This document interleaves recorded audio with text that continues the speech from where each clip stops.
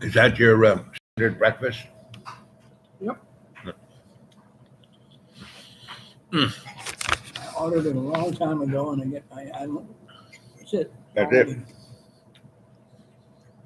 Well, I'm a guy of habit. I get the same thing. Sausage, egg, and cheese croissant with potatoes. He really makes good potatoes.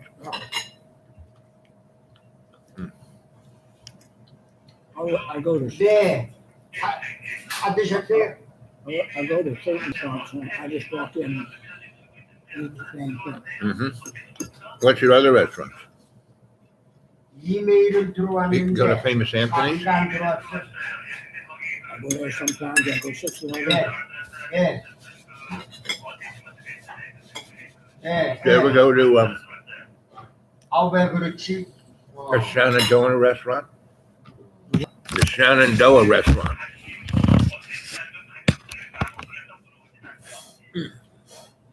아니 그거 한꺼번에 다 온 거 지금 보는 Shenandoah, you know Shenandoah, the road Shenandoah? Over near the railroad yard?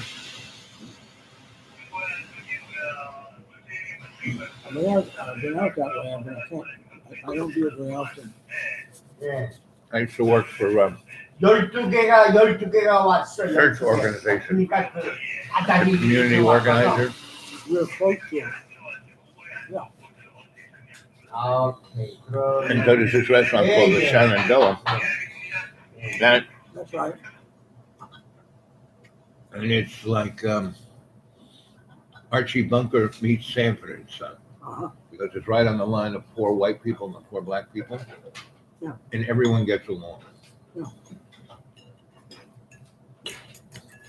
And the food is pretty good and affordable. I need to do that. You're right.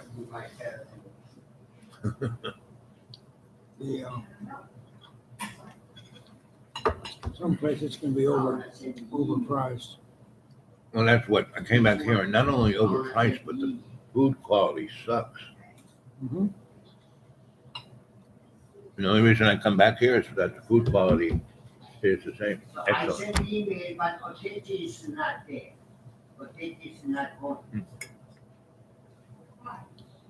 They do everything well. Mm-hmm. Yep. This one I Mm.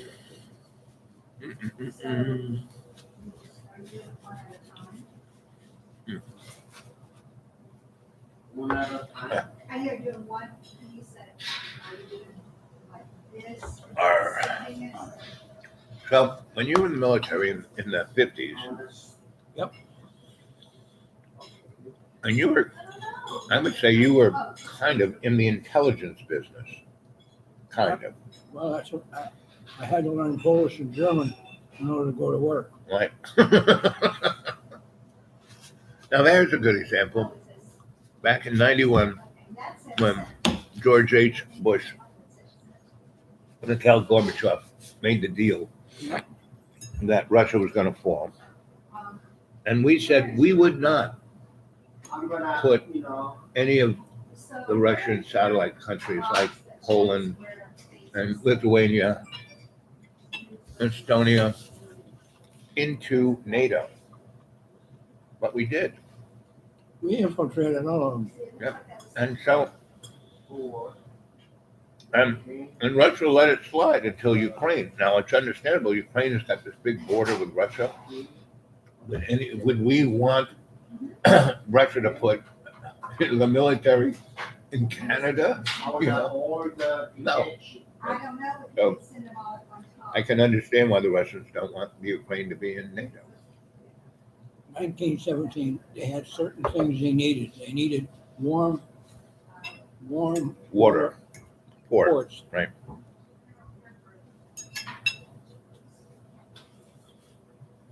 My ancestors was from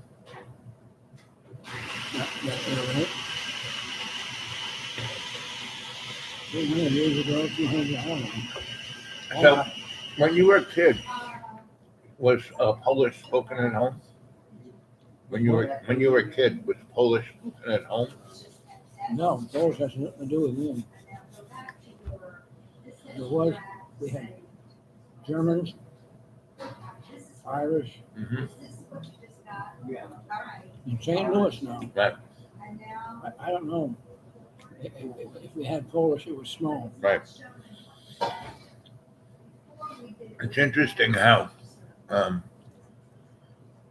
whenever in America, the black man's like on the third rung of the social ladder, and whoever comes over on the boat next is on the bottom. And depending on how white their skin is, they can move up. Some of them, they do very well. Oh yeah.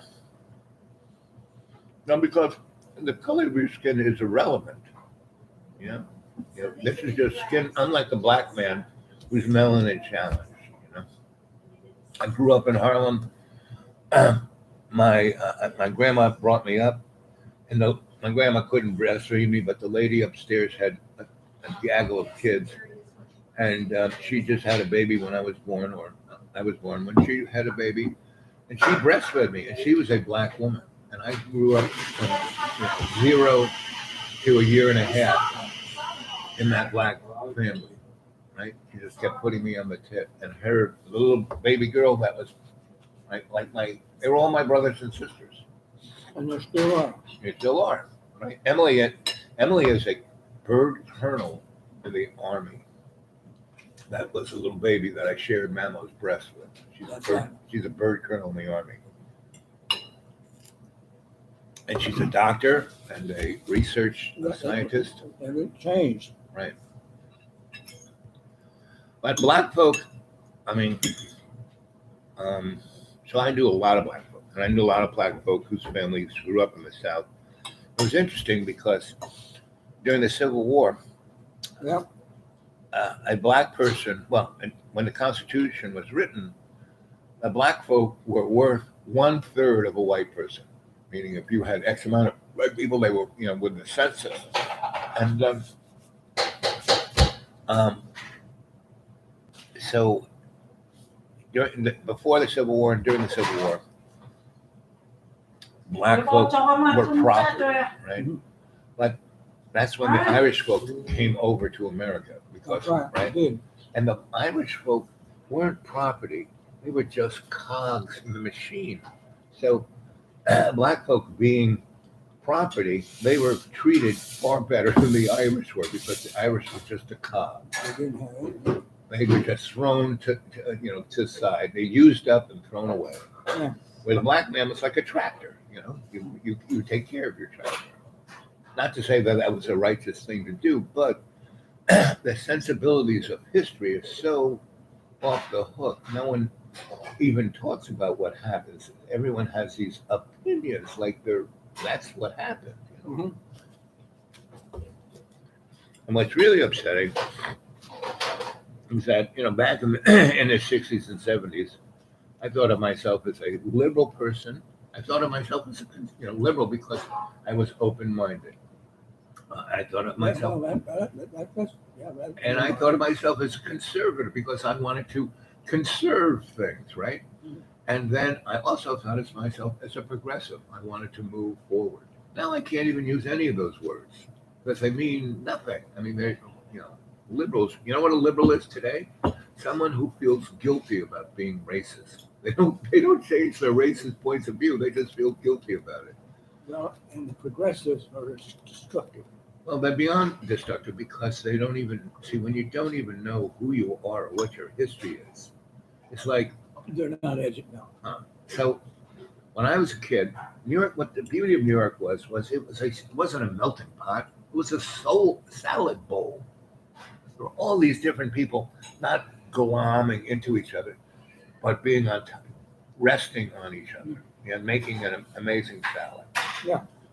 And I used to go down to Washington Square and play chess, right, as a kid, right? I was a pretty good chess player. I would go there early in the morning. These old guys would show up like in these crumply suits, and they would play, right? And early in the morning, they would play me and teach me. By afternoon, by lunchtime, professor, and these guys would take these professors who thought they were so smart, and they would pay for money, and they'd do it for time, right? But when I was a little kid, I'd go down there in the morning, and they would teach me how to play, this move, that move, this kind of gambit, that kind of gambit. And they were all anarchists, right?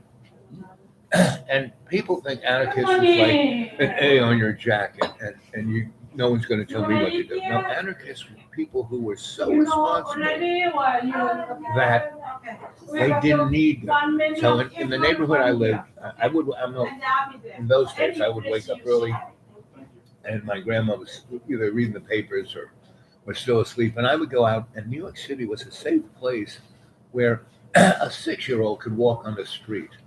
I mean, everyone in your neighborhood knew you and kind of watched out for you. So I would go out and talk to these anarchist guys, and they'd be out there early in the morning picking up garbage. Not their garbage, but everybody's garbage. They would just do it, because it needed to be done. Oh, okay, yeah. Right? Yeah. And they weren't looking to get paid. They were part of this community. It's part of the community. Right. And they did stuff like that all the time, like taking me down to Washington Square and teaching me how to play chess, right? Yeah. That is no longer around. Nobody wanted money. Yeah. Because they're part of the community. And people help those guys out. Yep. So, just unbelievable, So, in your experience,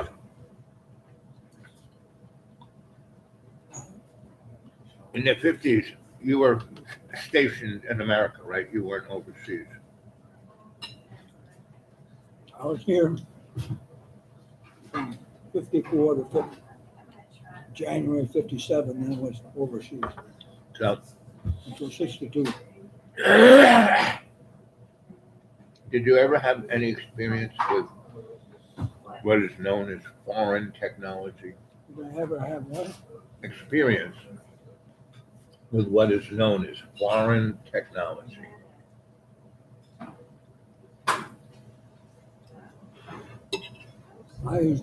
We had about 5 or 6 German, I don't know what you want to call them, but they developed two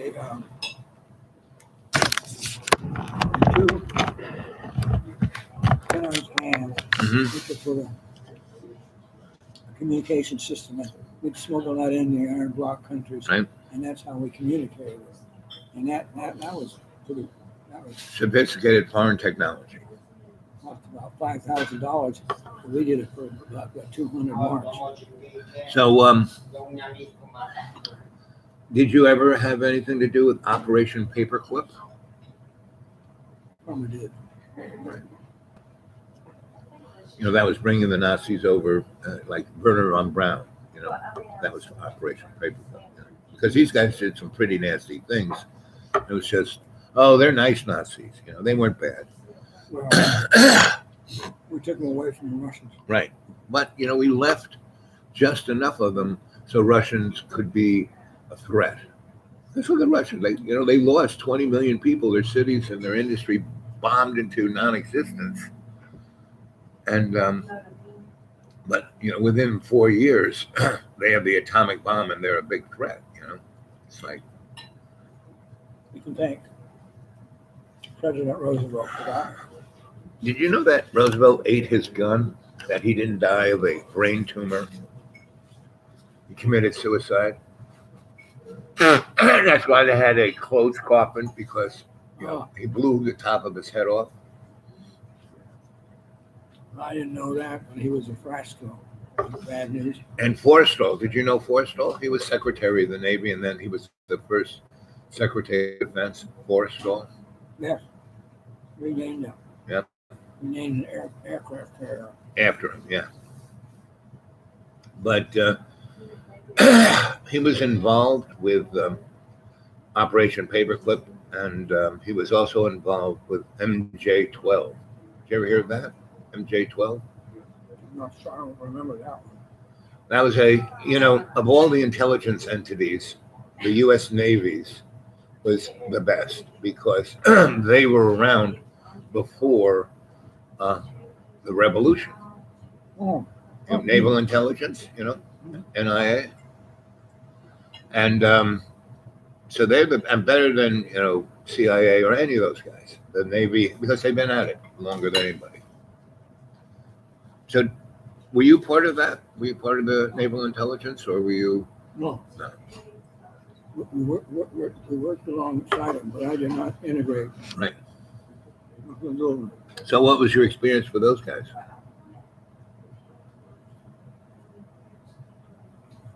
I was very, very little. Just recognizing Who they were?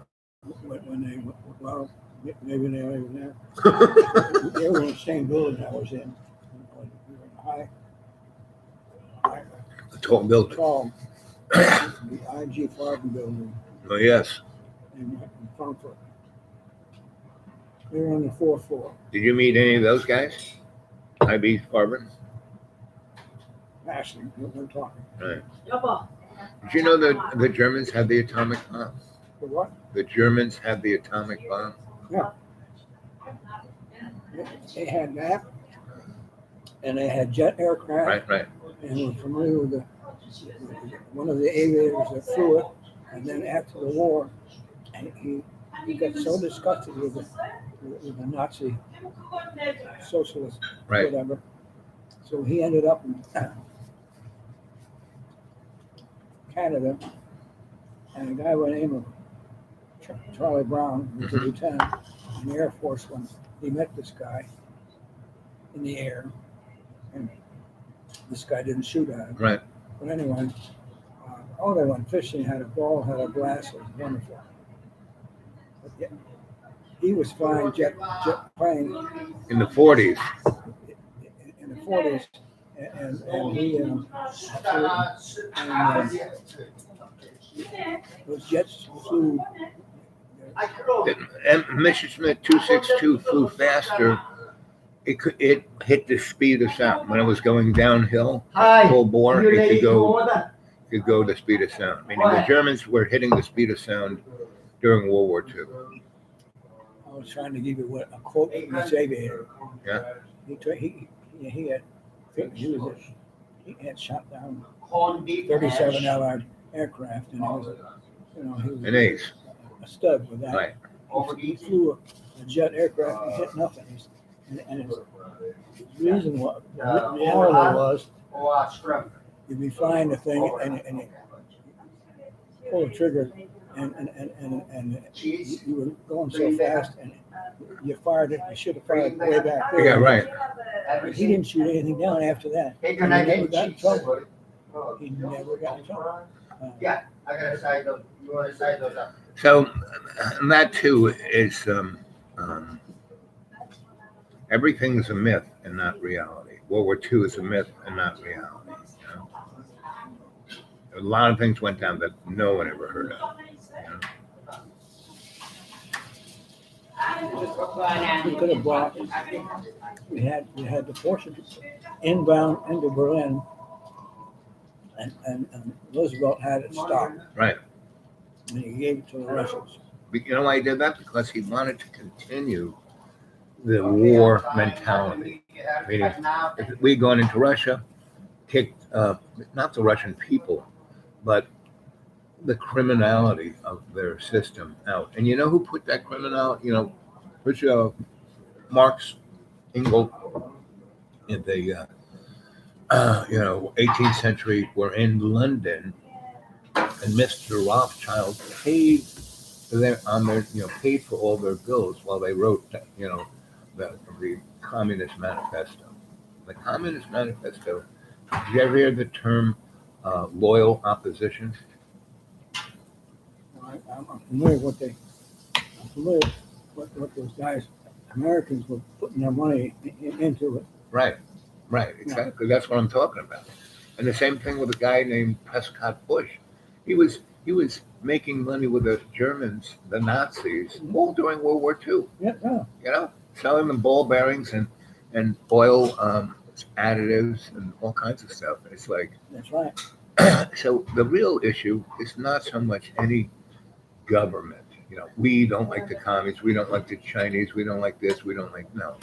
It's that there is this power structure. It's a pyramid power structure, and there's a very few people at the top. And, And it's still, what fell out from them is still around. Mhm. And what we have in America, we have phony capitalism. We don't have real capitalism where people compete. The guys at the top make deals with each other so they control everything. Yeah. So it comes back to the general populace. General populace. I mean, it's hard for, you don't want to blame the general populace because they're like animals on a farm. They've been bred to act this way. They're more concerned about what new thing is on the internet that they can buy on Amazon than their own welfare. Well, if they can protect the money front, it doesn't matter what country you come from, they're part of that process. Right. Bill Gates, Yes. he's got his money so invested here, there, and everywhere. Right. Everywhere. Yeah. And those guys, Silicon Valley guys, they are just poster boys. They're not in control. They're just poster boys.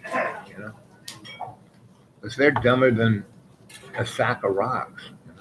They are going to rot in hell for that. Well, hell is right here, right now. And no matter, I went to the best schools there ever. I went to schools with those guys, right? And I was just a smart kid that they wanted to sculpt into a tool they could use. And every time I got to that point, I said, no, what? Maybe I'll go over here and do this. I just kept Get away from it. right but my whole career was kind of around that because I was interested in what the heck was going on, not so much being rich. Rich is an illusion. When your money is worthless, having a lot of it is an illusion.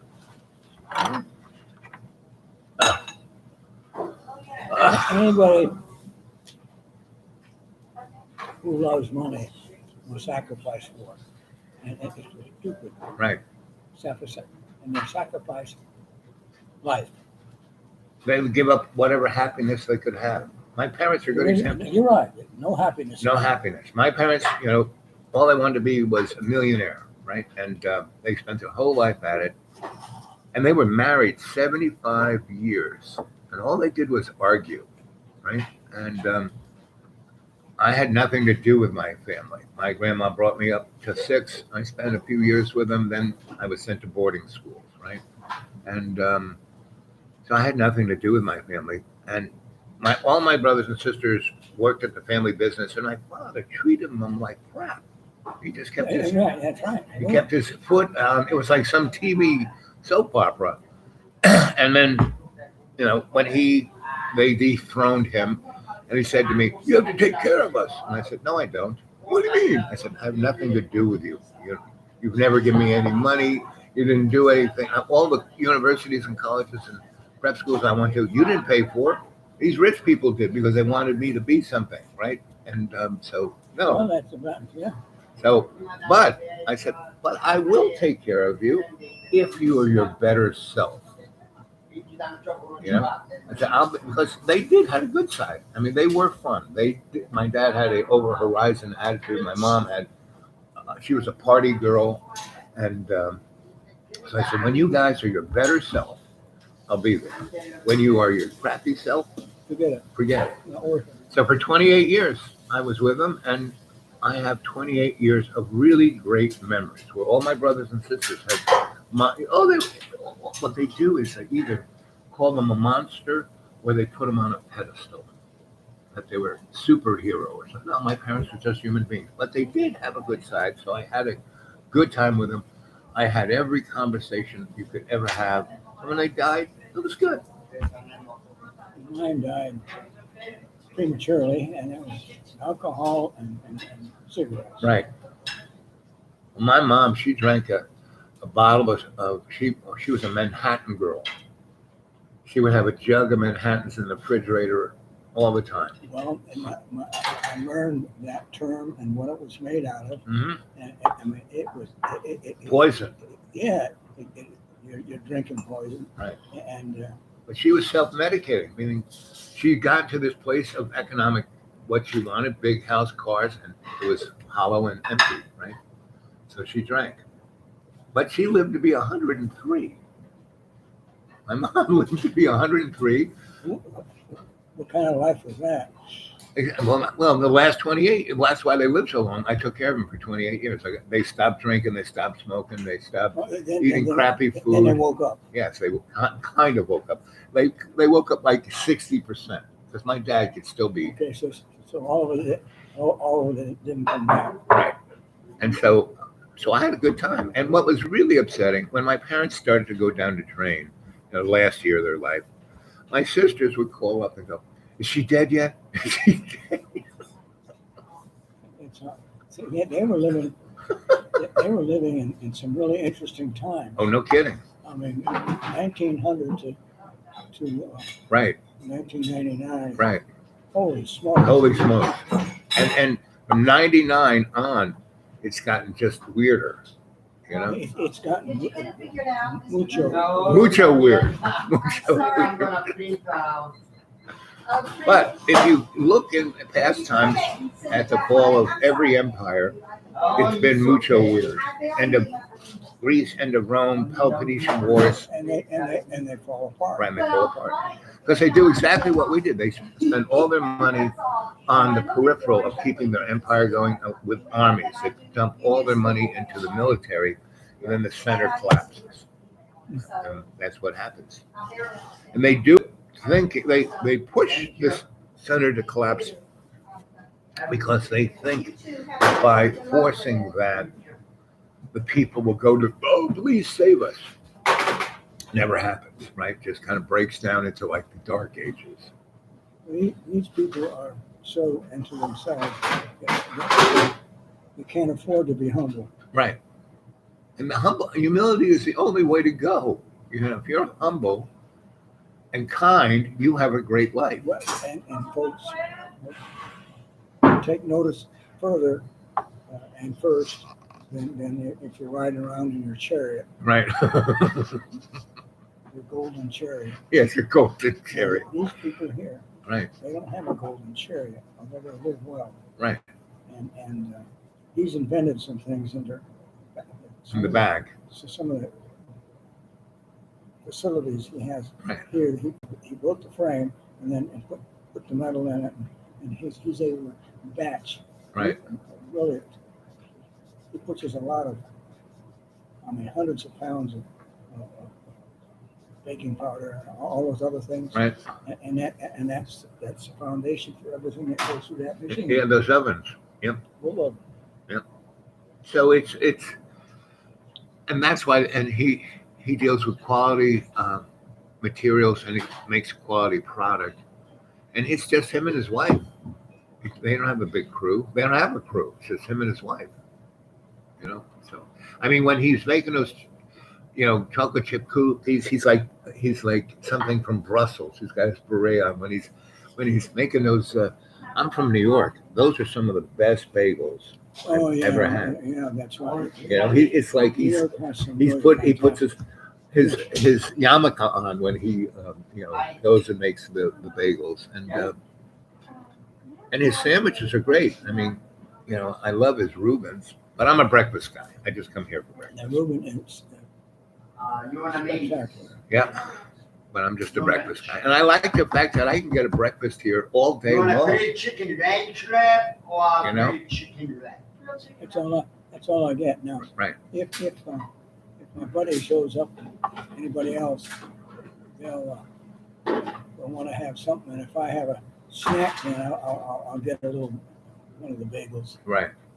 because They are the best. they're exceptional, and I deliver a lot of their cookies. I buy them and I deliver them around. And where do you get that? Yeah, right.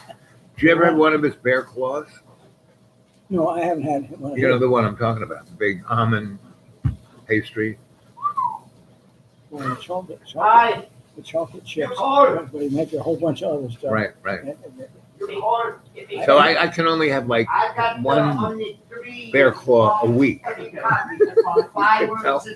didn't know he had them. Oh, he does. They're amazing.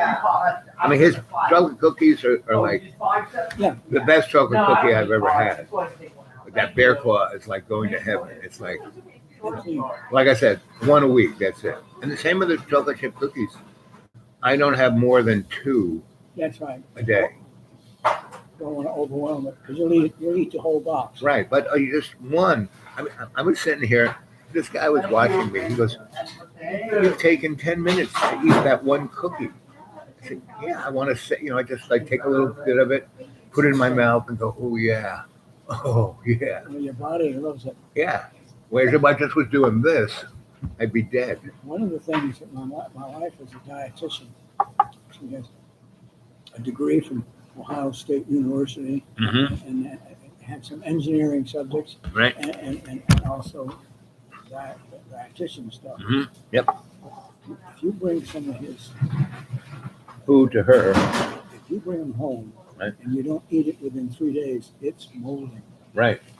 because there's nothing in it. No preservatives. No preservatives. That's why you like. Right. Well, that's the thing. He sells everything he makes that morning, that day. He has nothing really left over, and that's the way to go. And then keep it fresh.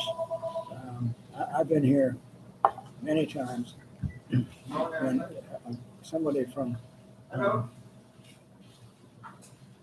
there's a rescue mission Yep. will come in and they'll haul out 4 boxes of bakery stuff, Right. and then he refreshes all that. The thing about the mission, they are really a scam. Hmm? The mission is a scam. I used to work there, and I used to get the people out of the mission. I get them a job, I get them a place to live, and my superiors would, no, we got to keep these people here. We're making $50,000 a head every year. We don't want to get rid of anything. So if they keep them there, They get money. the only thing I did with them is I've gone in there and we have services or we serve food, just, a lot of stuff, and we got to, when you go there often enough, they know some of the people. You meet them on the street. But the administration and the people are scum. But the people who, like I used to really enjoy, I'm a kitchen guy, so I would go, even though I was a shrink, I'd go in and work in the kitchen. And the people who volunteered, there were always these women who obviously came from the upper crust. They had their nice clothes on and their pearls, and it was so fun to work with those people because they were getting off on helping people that they normally would have nothing to do with, right? And they were opening up their hearts. To watch people open up their hearts was truly a blessing. And that if they're sincere, they'll connect. Right. To the people they're serving the food with. Well, it goes both ways. Right. You guys pick up that, they'll pick it up too. Right. That And know that you're here because you want to be. right. You're not doing it for Anything else. just my butt. Right. And you could sense the humility and the empathy. And those are the 2 things that are missing from our culture at this moment. Is humility and empathy. There's so many young people. I mean, there are a lot of really great young people. There's so many young people who are so sucked into that they're special, that they're, exceptional, that they're better than anybody else. That's the Bible's view, but that's not man's view. Right. Everybody, the fact that you had a woman, I didn't find out people of color were colored. Mm-hmm. And so I had a surrogate mother in New Jersey, Mary Wilson, and she took care of my brother and myself, but she also did stuff around the house, took care of the house, and then we had a guy that drove the car and took care of the outside. Right.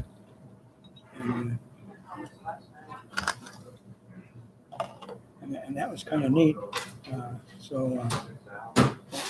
Okay, so I left there when I was 4, got into Dallas, Texas, left there, and got into St. Louis. And when I was 7 years old, I came in the house because we were outdoors playing Cowboys and Indians. Whoever was outdoors, okay, we'd split it up and go. So I came in the house with a guy. His name was Roger, but he was a color. So I got him a peanut butter sandwich. And my grandmother saw me aside. Who is that? That's Roger. She said, what are you doing with him? We're playing Cowboys and Indians. He's on our side. He said he was hungry. Said, did you know he's a Negro? Oh, I'll have to ask him. I didn't know. That's crazy, isn't it? That's great. That's what it is. Well, and that, so, okay, so I was 7. I was commissioned. I got in the military, and I was over in Germany. And at the age of 25, I was commissioned a lieutenant. Right. And eventually, I was a reserve officer. And what that means, when they cut stuff back, that takes the reserve down. Right. So I just happened, and I had to go because I commanded a small unit. It was Right. an interrogation unit at Fort Hood, Texas. Right. Every commander had to report to the 3-star general. Right. And he just went, I want to know all my commanders. Right. So you were a commander, so you had to. I commanded Right. that small unit. Right. I was a second lieutenant. Right. And so I guess he found out I was not a West Pointer. So he still wanted to see me. And so we talked. And then I want to see that commander again. I have a question for him. So I came up again, and I've been out in Fort Hood all the Get along. dust, and Right. sand, Right. and junk, and I got poison ivy, and I was all busted out. So I went to see him all busted out. Didn't I look wonderful? And he thought it was cute. He thought it was funny. Where do you live? I live at 903 Dunn Street here in town. He started laughing. He said, "You know my name, don't you?" I said, "Yes, sir. You're Lieutenant General Howard B. Dunn." Thank Can you. we have some more coffee? Mm-hmm. And so, Oh, Donna. I hand. oh, merci beaucoup. And so he said, "Oh, that's nice done. This is crazy. Is there anything I can do to help you?" I said, "Well, I'm concerned. I'm a reserve officer, and they have a rift. I'm out of here."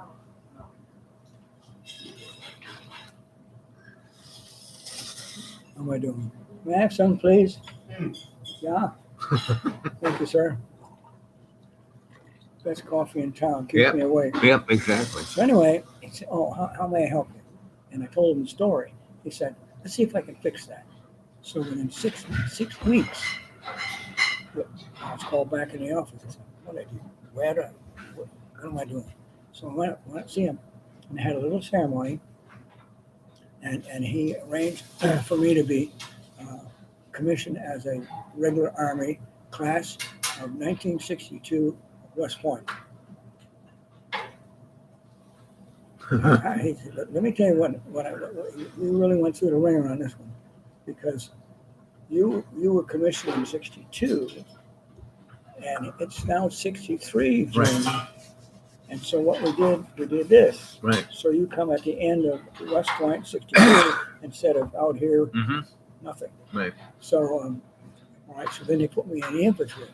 So I got in the infantry, and I think I told you this story where in the rifle company, the E6s were squad leaders, and 2 or 3 of them came up to me and said, you don't know shit about the infantry. Would you like to become an excellent infantry officer? I said, please. Yes, help me out. I said, train me. So what I did when we got going and we started getting deployed out in Vietnam, we lost a couple of people. And one of the battalions got ambushed. How old were you then? I was, 40s? no, I was 20. I must have been 26 then. And what rank were you? First Captain? lieutenant. Still Yeah. lieutenant? I was a second lieutenant, then a first lieutenant. And so I said, I prefer to have black soldiers. I had them when I was in infantry in our training company Right. before we went to Vietnam. I would look after them, and if something happened to them, because Georgia is very, very Tough, unbelievably racist. So I said, when somebody got in trouble and it was serious, we always had an Article 32. Right. Check it out. Right. And it's not a violation. It's serious. It's just bring it down and handle it administratively. Right. So I visited a lot of homes, and they got used to having me come around the house. Right. So, Only one drink. so all right. So now we moved the clock up. And you're in Vietnam. I'm a little bit older. I'm still first lieutenant. I haven't been captain yet. And so we had to give up some of our really sharp sergeants, and we gave up a new officer that we got in as a black man. And he begged us, don't get in that brigade. They kill American soldiers. They're idiots. Right. And that guy became a 3-star general, and he killed more American soldiers than any other battalion. So yeah, I'm still. The guy who made you an officer, that general? No, this guy was a lieutenant colonel when I was In Vietnam. 3-star took care of him. But this guy that went up the line, he looked good, and they promoted him. He looked good. He should have been court-martialed. Mm-hmm. So that 3-star general was retired. Right. Anyway, he said, "I'll be dead in a week, 2 weeks." He was dead in a week. Yeah. And I was living because these guys come in here and work hard, and we're all family. Yep. And we stuck together, and we didn't let nobody got away with anything. And it's just a shame. And my wife, my second wife, she had, when she grew up in the house, she had a woman that day, and she just called her brown something or other. Brown mommy. Well, no, it's brown something. I forget what it says. Something funny. Yeah. So I Coco, but she was a sweet lady, and that impressed her. So we since we came here, we have two sons who called. I got a third one, and she supports me on this one. And he's a waiter over at the 611. His daddy just died, and he says that my biological father is gone. My spiritual one is gone. Right. He knows I'm wrong. So how long were you in Vietnam? How many? I was in there for a year the first time, in 65 and 6. And then I came home and did some other things. I went back there again in 71, and I worked for the embassy. So were you there in 75? No, but I know what went on. Yeah. I kept this, and I know a senator who blocked all of our money. We had no money to evacuate the civilians or the military. Right. So we did it anyway. Right. What happened in Afghanistan was. But he was being himself. Right. He was an asshole Right. when he was in the Senate. Right. And he blocked us money. Right. No, and that's the whole issue of where we are right now. It's that we have those kind of people running the country. You know, Joe Biden was always a scumbag. I don't know, the demos now are upset. We have more demos who are changing party, Right. or Or gonna retiring. They're 23 to 29 now. That's time for them. They're tired of this. Right. But we also have some that are going to remain demo, but they're going to vote Republican. They're already. But see, the thing is, Republican, Democrat doesn't matter. They're two wings of the same corporate bird. Well, it's under the table stuff. Yeah. Yeah, that's what I'm saying. It doesn't. I mean, on the TV tube, they act like they're agitated but behind the door, they're like patting each other on the back, drinking, pouring.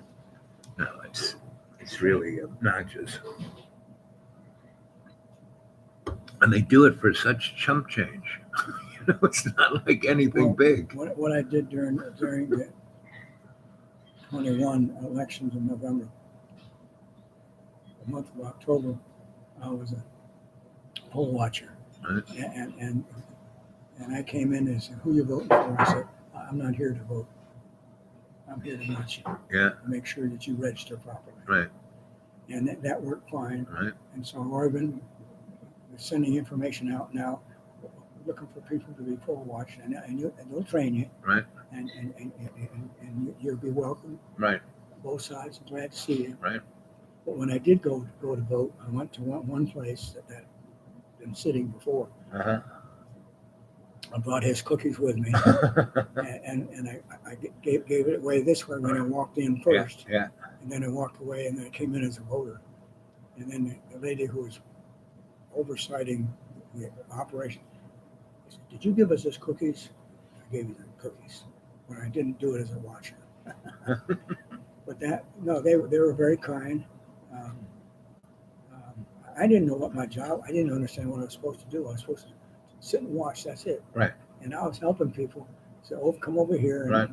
and go over there and vote. And I wasn't supposed to tell them that. Right. No, it's my basic feeling is that we're going to have a number of disruptions, and I'm pretty sure. So I asked you about foreign technology, and basically what I was asking you about was extraterrestrial, UFOs, that kind of thing. From your experience in intelligence, what did people talk about that? Because what I think is going to occur is they're going to start, the government's going to say, "Oh yes, they're aliens and they're all around us and we have to get ready. The next war will be with them," right? And then I would say by 4th of July, some craft will land on the front lawn of the White House and, "Oh no, these guys are really great," and we will have just another version of the same thing. Those aliens will just be the same kind of guys. These two things are separate. We have people.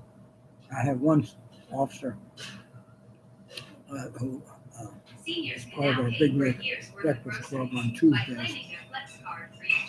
And while he was on active duty, he was reconnaissance beyond the universe. And that's why we were able to track. China has already, they got craft that can be beyond the universe, and by the time we see it, too late. Too late, yeah. Well, it's kind of what it is, and like you were saying, how things were interesting at the turn of the century. Well, we're right at another turn of the century, and it's just a century thing. This thing, and naval intelligence is force control back. Yep. Well, guys, I'm going to say goodbye because what time is it? Almost 11. I have a few little errands. I'll be back on this afternoon, maybe around 5 o'clock. I've just been hanging low. I don't want to rile my host. So anyway, I'll talk to you guys later.